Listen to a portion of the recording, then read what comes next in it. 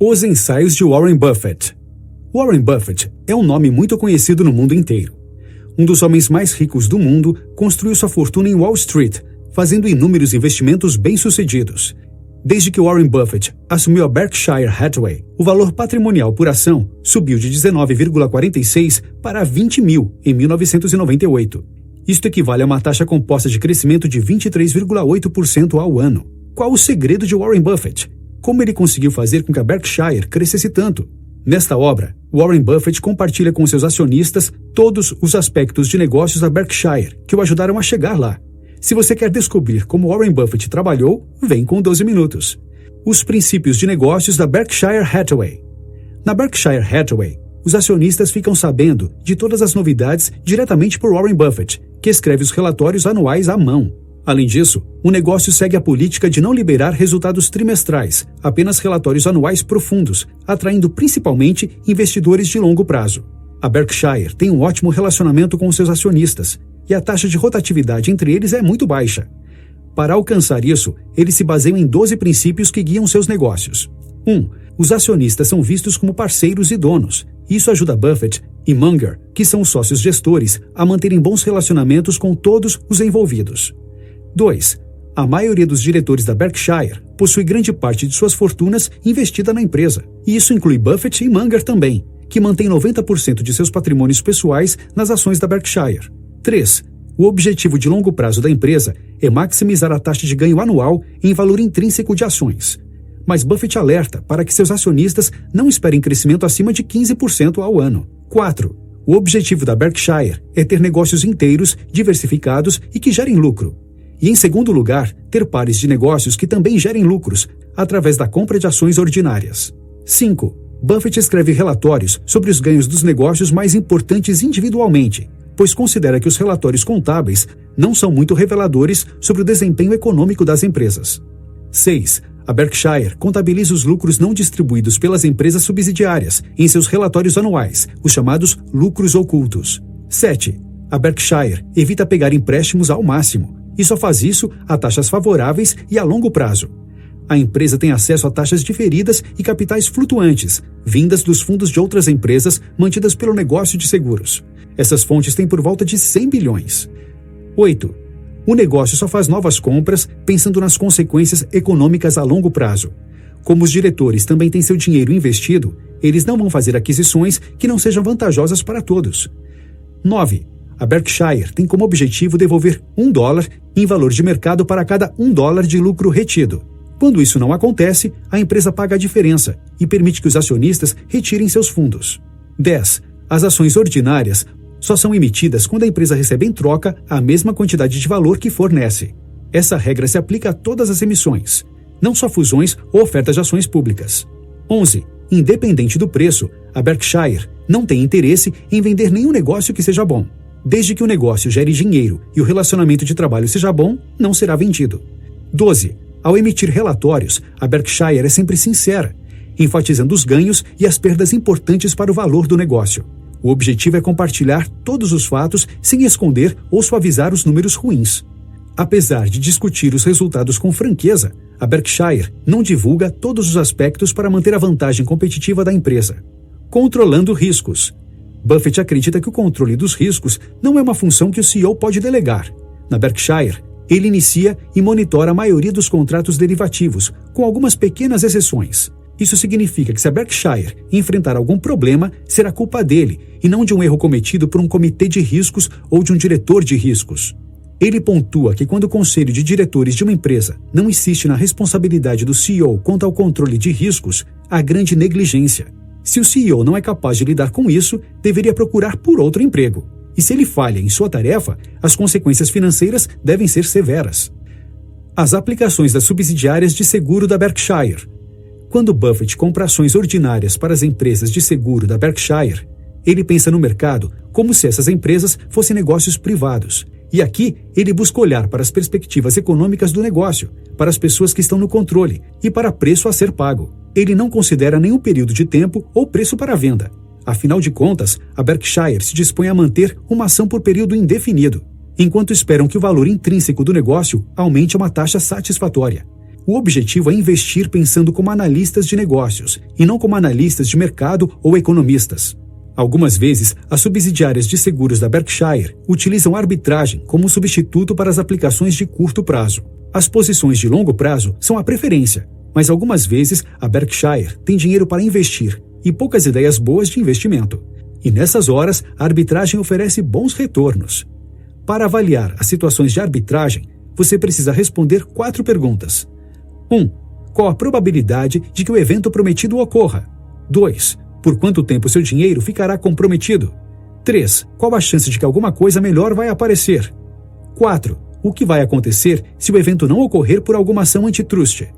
Procurando por bons negócios. O principal propósito de Buffett com a Berkshire é encontrar negócios excepcionais a preços razoáveis, e não negócios razoáveis a preços excepcionais. Buffett prefere fazer aquisições com o objetivo de ter o controle das empresas. Isso oferece 2 vantagens: permitir que a Berkshire utilize o excesso de capital em outras atividades, e uma vantagem fiscal gerada quando você possui mais de 80% de um negócio. Para Buffett, investir é procurar valor para justificar o preço pago pelo ativo. Ou seja, a expressão value investing é redundante. Segundo John Burr Williams, o valor presente de qualquer ação, título ou negócio é determinado pelo fluxo de caixa, descontado pela taxa de desconto apropriada, que se espera receber do ativo durante sua vida. Por isso, a Berkshire gosta de manter uma margem de segurança sobre o preço de compra dos ativos, para garantir que tenham valor. Para Buffett, é muito importante manter as ações por tempo considerável, e ele menciona esse fato por diversas vezes em diferentes momentos. Ele deixa um conselho: se você pensa em manter um papel por 10 anos, não pense em mantê-lo por apenas 10 minutos. O interessante é fazer investimentos em empresas que mantêm seus fundamentos por muitos anos, como a Coca-Cola e a Gillette, por exemplo. O objetivo aqui é procurar por bons negócios e mantê-los por muito tempo, ao invés de realizar transações malucas e rápidas com eles apenas para diversificar. Sobre isso, ele afirma: a inatividade provou ser um comportamento inteligente. Todo mundo comete erros. Como todo mundo, Buffett também comete erros, e durante sua jornada como investidor, ele também cometeu alguns. Em primeiro lugar, Buffett reconhece que não deveria ter comprado a Berkshire, já que era muito melhor comprar uma boa empresa a um preço razoável, do que uma empresa razoável a um preço bom. Ele classifica a Berkshire na segunda opção, e chama esse tipo de investimento de guimba de cigarro. Investimentos denominados guimba de cigarro são aqueles em que você encontra uma guimba de cigarro na rua e não precisa pagar nada por ela, e dá uma última tragada, ou lucro, de graça. Esse tipo de negócio não vai normalmente apresentar lucros de longo prazo. Isso é terrível para a abordagem que Buffett adota, procurando investidores alinhados com os objetivos da empresa. As ações da Berkshire foram listadas na bolsa NYSE em 29 de novembro de 1988. O principal objetivo de Buffett com isso era conseguir reduzir os custos de transações, e esse objetivo foi alcançado com sucesso. Buffett aponta também que as metas da Berkshire são diferentes da maioria das empresas listadas na NYSE, em 2 principais aspectos. O primeiro é que a Berkshire não quer maximizar o preço das ações no mercado. Ao invés disso, eles buscam transações dentro de um limite estreito, centrado no valor intrínseco do negócio. E isso acontece porque Buffett se preocupa tanto com a supervalorização quanto com a subvalorização, acreditando que em ambos os casos, os resultados para os acionistas podem ser problemáticos. O segundo aspecto é que a Berkshire prefere poucas atividades e transações no mercado. O objetivo é atrair donos de longo prazo, que não possuem um cronograma definido ao comprar, mas que preferem ficar indefinidamente com a empresa. A alocação de capital é muito importante para os negócios e para os investimentos. Por isso, a Berkshire acredita que os gestores e donos precisam pensar muito bem sobre como e quando os lucros devem ser retidos e distribuídos. Em primeiro lugar, todos os lucros não são gerados de maneira igual. Podemos classificá-los em restritos ou irrestritos. Os lucros restritos pertencem às empresas que precisam reinvestir em seus ativos para manter sua capacidade econômica. E os lucros irrestritos pertencem às empresas que podem escolher entre reter o lucro para reinvestir ou redistribuir o lucro a seus acionistas em forma de dividendos. Buffett adora a seguinte política: para cada dólar retido pela corporação, pelo menos $1 de valor de mercado será gerado para os acionistas. Cuidados com as fusões e aquisições. Buffett afirma que muitos CEOs seguem uma estratégia ruim, buscam por aquisições ou fusões apenas porque as empresas estavam baratas. Como já dito anteriormente, ele tenta trabalhar buscando bons negócios por bons preços, e não o contrário. Buffett levanta algumas críticas quanto aos benefícios das fusões e de algumas aquisições. Segundo ele, em muitos casos, o CEO está apenas seguindo seus instintos animais para aumentar seus domínios administrativos. E para Buffett, esse é um grande erro. Mas ele também já caiu nesse erro algumas vezes, comprando ações muito baratas com resultados já publicados nos relatórios anteriores da Berkshire. Mas de maneira visível, isso não deu certo, e por isso ele pede conselhos para corretoras sobre fusões. Buffett dá um exemplo para deixar claro como você deve ter cuidado ao tentar expandir seus domínios administrativos. Se sua família tem uma fazenda de 120 acres e você convida seu vizinho que possui 60 acres de terra para efetuar uma fusão em sociedade equitativa, então seu domínio administrativo terá crescido para 180 acres.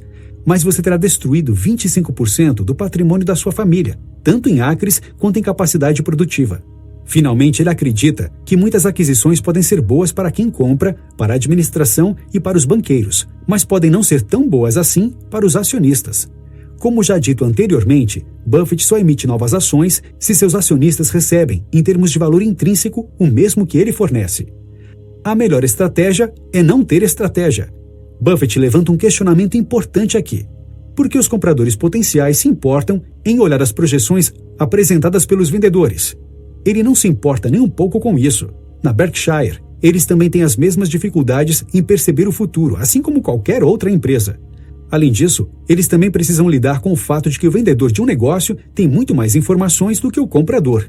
Podemos chamar esse fato de assimetria informacional. Mas apesar disso, a Berkshire aproveita suas vantagens, e uma delas é não ter um plano estratégico. Dessa maneira, eles não precisam proceder em uma direção ordenada, mas podem simplesmente decidir o que faz mais sentido para os acionistas. Dessa maneira, quando pensam em fazer uma compra, eles comparam apenas os custos de oportunidade, incluindo o custo de não fazer nada. Os critérios para a aquisição de empresas da Berkshire são: 1. Compras grandes. 2. Poder de lucros consistentes demonstrado. 3. Negócios com bons retornos sobre o patrimônio e com poucas dívidas. 4. Administração em ordem. 5. Negócios simples. 6. Um preço de venda conhecido. Investindo em negócios com alto goodwill. Muitos acionistas confiam na administração da Berkshire, em grande parte devido ao fato de que o próprio Buffett e outros diretores possuem dinheiro investido no negócio. E por essa confiança, muitos deles não se importam com as tecnicalidades das análises oferecidas. Mas ainda assim, Buffett apresenta diversas informações a esse respeito. Quando um negócio é adquirido, o preço de compra deve ser atribuído primeiro para o valor dos ativos sendo adquiridos. Frequentemente, a soma dos valores dos ativos é menor do que o preço de compra total do negócio. Nesse caso, a diferença é atribuída a um ativo chamado excesso de custo sobre capital em ativos líquidos adquiridos. E esse é o significado de goodwill. Quando uma empresa precisa aumentar sua capacidade de produção, ela pode ter que investir ativos. Mas alguns tipos de empresas não exigem muito capital para aumentar sua produção. A Berkshire gosta de investir em negócios desse segundo tipo, que possuem alto goodwill, por serem muito bons em períodos inflacionários. Um exemplo disso é a empresa See's Candy. Em 1972, a empresa lucrou 2 milhões em cima de ativos que valiam 8 milhões. Em 1982, lucrou 27 milhões em cima de 11 milhões. E em 1995, lucrou 50 milhões em cima de 5 milhões. O valor intrínseco do negócio. O valor intrínseco é um conceito muito importante que te ajuda a avaliar a atratividade dos investimentos e dos negócios. Valor intrínseco é simplesmente o valor descontado do dinheiro que pode ser retirado de um negócio durante o tempo de vida útil do ativo.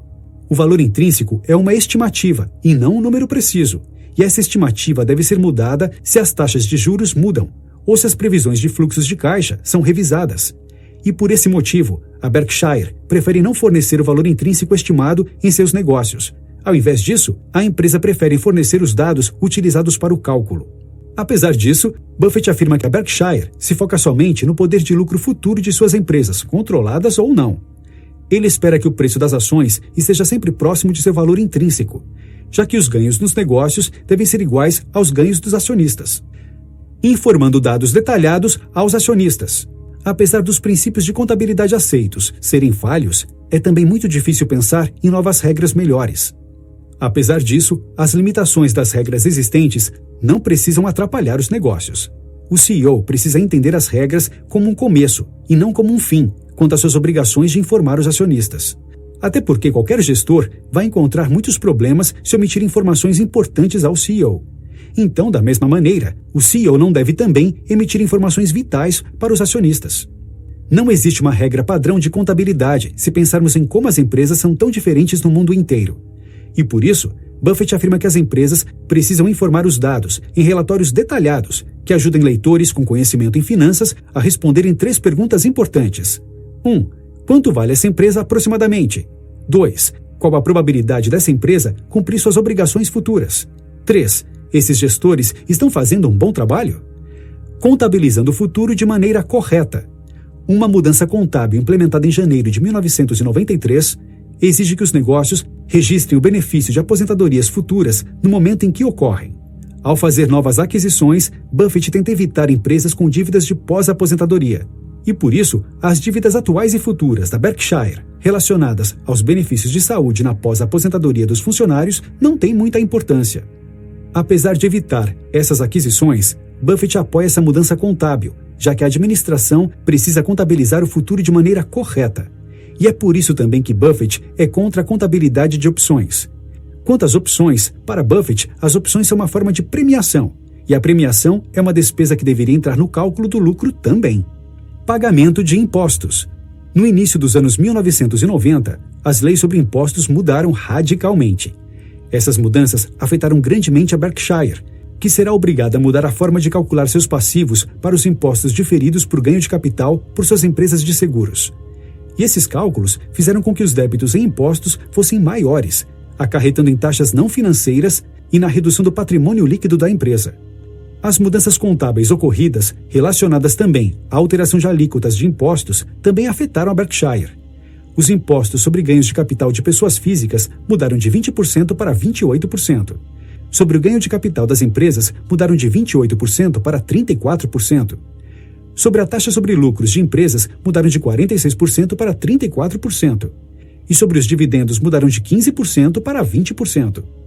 Buffett reconhece que, em alguns casos, os benefícios nas taxas foram repassados exclusivamente para as empresas e acionistas, e que o aumento foi repassado quase em sua totalidade para o consumidor.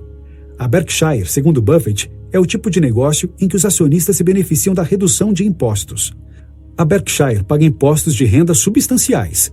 Em 1993, eles pagaram cerca de 390 milhões em imposto de renda, sendo 200 milhões relacionados aos lucros operacionais e 190 milhões aos ganhos de capital.